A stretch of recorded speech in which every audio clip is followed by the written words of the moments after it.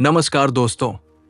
राजधानी दिल्ली एक ऐसा शहर जो कभी सोता नहीं, जहां हर दिन लाखों लोग अपनी आंखों में बड़े बड़े सपने लेकर जागते हैं।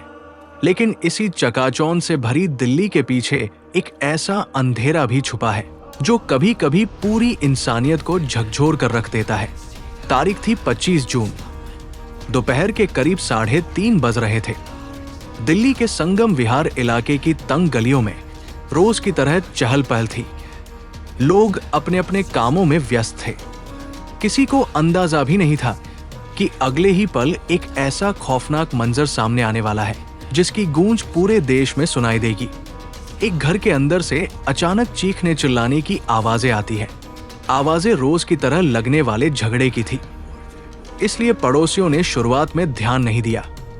लेकिन तभी सन्नाटे को चीरती हुई एक के बाद एक कई गोलियों की आवाजें गूंजती है। ठाय ठाय ठान्य। पूरा इलाका दहल जाता है। लोग अपने घरों से बाहर भागते हैं, उस बदकिस्मत घर की तरफ दौड़ते हैं जहां से आवाज आई थी। जब लोग अंदर दाखिल होते हैं तो वहां का नजारा देखकर उनकी रूह कांप जाती है। फर्श पर खून का दरिया बहा हुआ था और उस खून के बीच पड़ी थी एक 30 साल की बेकसूर महिला की लाश। नाम था कविता राजपूत, जो कुछ ही मिनट पहले अपने परिवार के लिए रसोई में रोटियां सेंक रही थी। वो अब हमेशा के लिए खामोश हो चुकी थी। उसे किसी बाहरी दुश्मन ने नहीं, बल्कि उसी शख्स ने मौत के घाट उतार दिया था जिसने अग्नि के सामने 7 फेरे लेकर उसकी रक्षा करने का वादा किया था। उसका अपना पति शुभम राजपूत। कहानी की शुरुआत आज से करीब 2 साल पहले हुई थी। कविता, जो एक बेहद सीधी सादी, समझदार और अपने परिवार से बेहद प्यार करने वाली लड़की थी। उसके माता पिता और भाई बहनों ने बड़े चाव से उसकी शादी शुभम राजपूत नाम के लड़के से तय की थी। शुभम दिखने में अच्छा खासा था। दिल्ली के ही एक नामी जिम में काम करता था। फिटनेस और अच्छी कदकाठी देखकर कविता के परिवार को लगा कि लड़का मेहनती है और उनकी बेटी को हमेशा खुश रखेगा। धूमधाम से दोनों की शादी हुई। शुरुआत के कुछ महीने तो ऐसे बीते जैसे सब कुछ किसी सपने जैसा हो। दोनों साथ घूमते, तस्वीरें खिंचवाते और अपने आने वाले कल के ताने बाने बुनते। कविता ने इस नए घर को अपना मानकर अपनी पूरी जिंदगी शुभम के नाम कर दी थी। लेकिन जैसा कि अक्सर कहा जाता है, हर चमकती हुई चीज सोना नहीं होती। धीरे धीरे शादी का वो मुखौटा उतरने लगा। शुभम का असली चेहरा सामने आने लगा। कविता को जल्द ही एहसास हो गया कि जिस इंसान को उसने अपना जीवन साथी चुना है, उसकी आदतें और उसके इरादे बेहद खतरनाक है। शुभम को शॉर्टकट से अमीर बनने का चस्का था। वो जिम की नौकरी के साथ साथ एक ऐसे दलदल में उतर चुका था जहां से वापस आना नामुमकिन था। वो दलदल था सट्टेबाजी और जुआ। शुभम को ऑनलाइन गेमिंग और सट्टेबाजी की ऐसी लत लगी कि वह दिन रात बस इसी में डूबा रहने लगा। शुरुआत में छोटे मोटे दाव लगाने वाला शुभम धीरे धीरे लाखों रुपए हारने लगा। जुए की लत ऐसी होती है कि इंसान जीतने की चाह में और ज्यादा हारता चला जाता है। देखते ही देखते शुभम के सिर पर कर्ज का पहाड़ टूट पड़ा। 1 लाख, 2 लाख करते करते ये कर्ज बढ़कर करीब 25 से 30 लाख रुपए तक पहुंच गया। अब शुभम के घर पर कर्जदारों के फोन आने लगे। लोग दरवाजे पर आकर धमकियां देने लगे। इस वजह से घर का माहौल पूरी तरह खराब हो चुका था। शुभम का किसी दूसरी महिला के साथ एक्स्ट्रा मैरिटल अफेयर यानी अवैध संबंध चल रहा था। जब भी कविता इस बात का विरोध करती, शुभम आग बबूला हो जाता। वो अपनी गलती मानने के बजाय कविता पर ही चिल्लाने लगता। घर में रोज रोज कलेश होने लगा। कविता अंदर ही अंदर टूट रही थी। उसने अपनी बहनों और मायके वालों को कई बार रोते हुए बताया था कि शुभम अब वो इंसान नहीं रहा जिससे उसने शादी की थी। वो एक हैवान बन चुका है। जब शुभम पर कर्जदारों का दबाव बहुत ज्यादा बढ़ गया तो उसने इस मुसीबत से निकलने का एक बेहद घिनौना रास्ता चुना। कविता के नाम पर मायके की तरफ से या उसकी अपनी बचत से एक कीमती जमीन, प्लॉट था। शुभम की नजर अब उस प्लॉट पर थी। वो कविता पर लगातार दबाव बनाने लगा कि वो उस जमीन को बेच दे और जो भी पैसे आए उससे शुभम का 30 लाख का कर्ज चुकाया जाए। कविता इस बात के लिए बिल्कुल तैयार नहीं थी। वो जानती थी कि अगर उसने ये जमीन भी शुभम के सट्टे की लत की बलि चढ़ा दी तो उनका भविष्य पूरी तरह बर्बाद हो जाएगा। वो उसे बुरी तरह पीटता, कमरे में बंद कर देता और जान से मारने की धमकियां देता। कविता की बहन ने बाद में पुलिस को बताया कि कविता अक्सर फोन पर रोती थी और कहती थी, ये इंसान मुझे कभी भी मार डालेगा।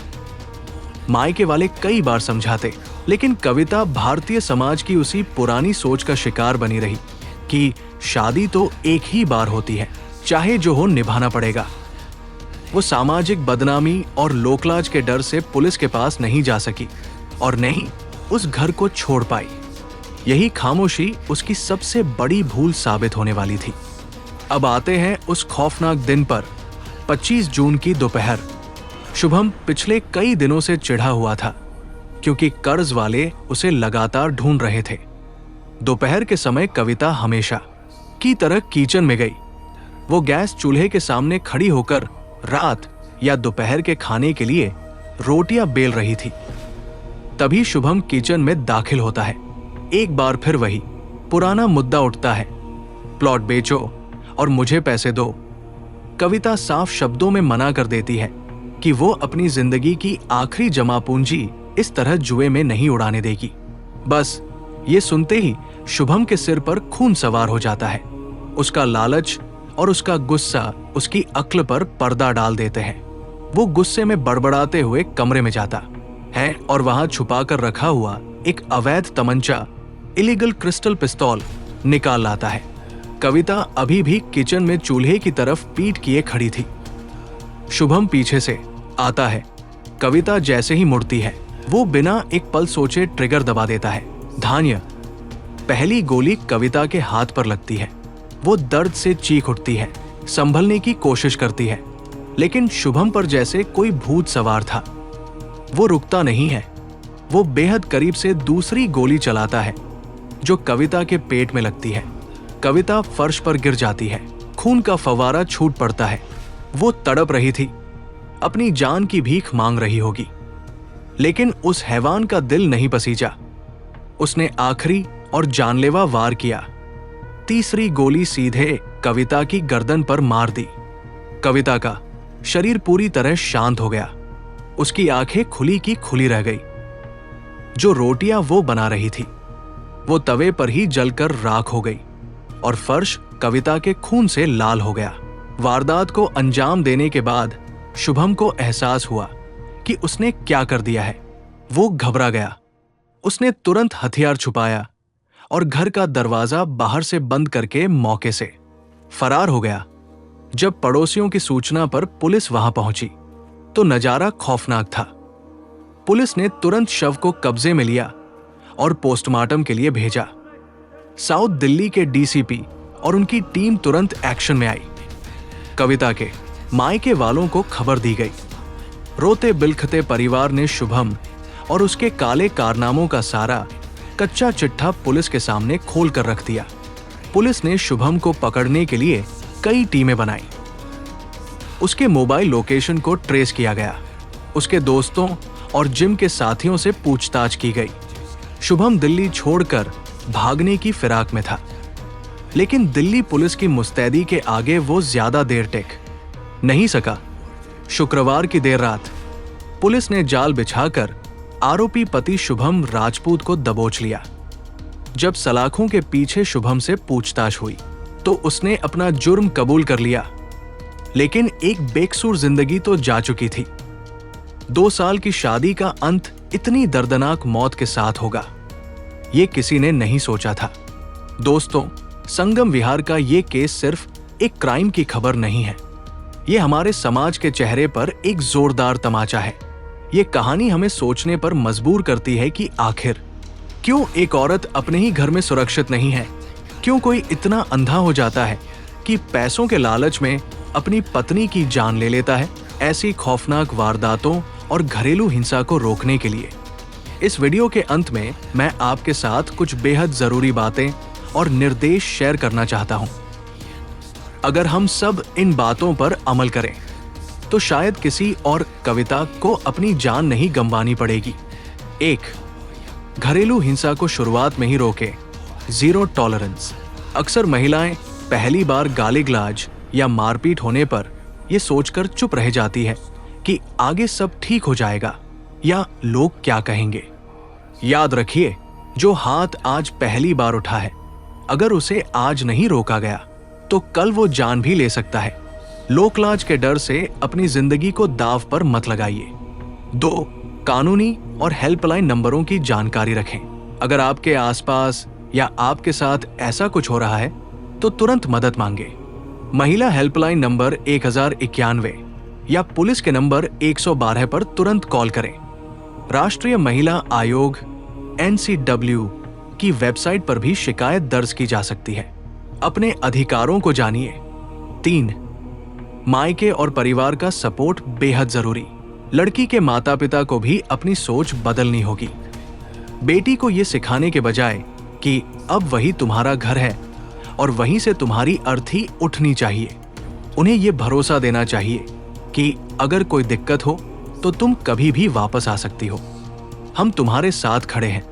परिवार का साथ मिलने पर कोई भी महिला ऐसा खौफनाक जुल्म सहने को मजबूर नहीं होगी। 4. जुए और सट्टेबाजी जैसी लत के खिलाफ कड़े कानून। शुभम की इस हैवानियत के पीछे सट्टेबाजी का बहुत बड़ा हाथ था।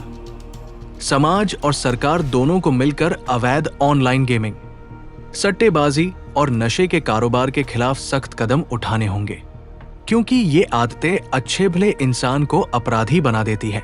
5. पड़ोसियों और समाज की जागरूकता। अगर आपको अपने पड़ोस के किसी घर से लगातार चीखने चिल्लाने या मारपीट की आवाजें आती है तो मूक दर्शक न बने। ये सोचना छोड़ दे कि ये उनका आपसी मामला है। आपकी एक सतर्कता, पुलिस को दी गई एक छोटी सी सूचना किसी बेकसूर की जान बचा सकती है। दोस्तों, कविता तो वापस नहीं आ सकती, लेकिन इस कहानी से सबक लेकर हम अपने समाज को बदलने की शुरुआत जरूर कर सकते हैं। इस वीडियो को ज्यादा से ज्यादा शेयर करें ताकि जागरूकता फैले। इस पूरी घटना पर आपकी क्या राय है, कमेंट सेक्शन में जरूर बताएं। सुरक्षित रहें, सतर्क रहें। जय हिंद।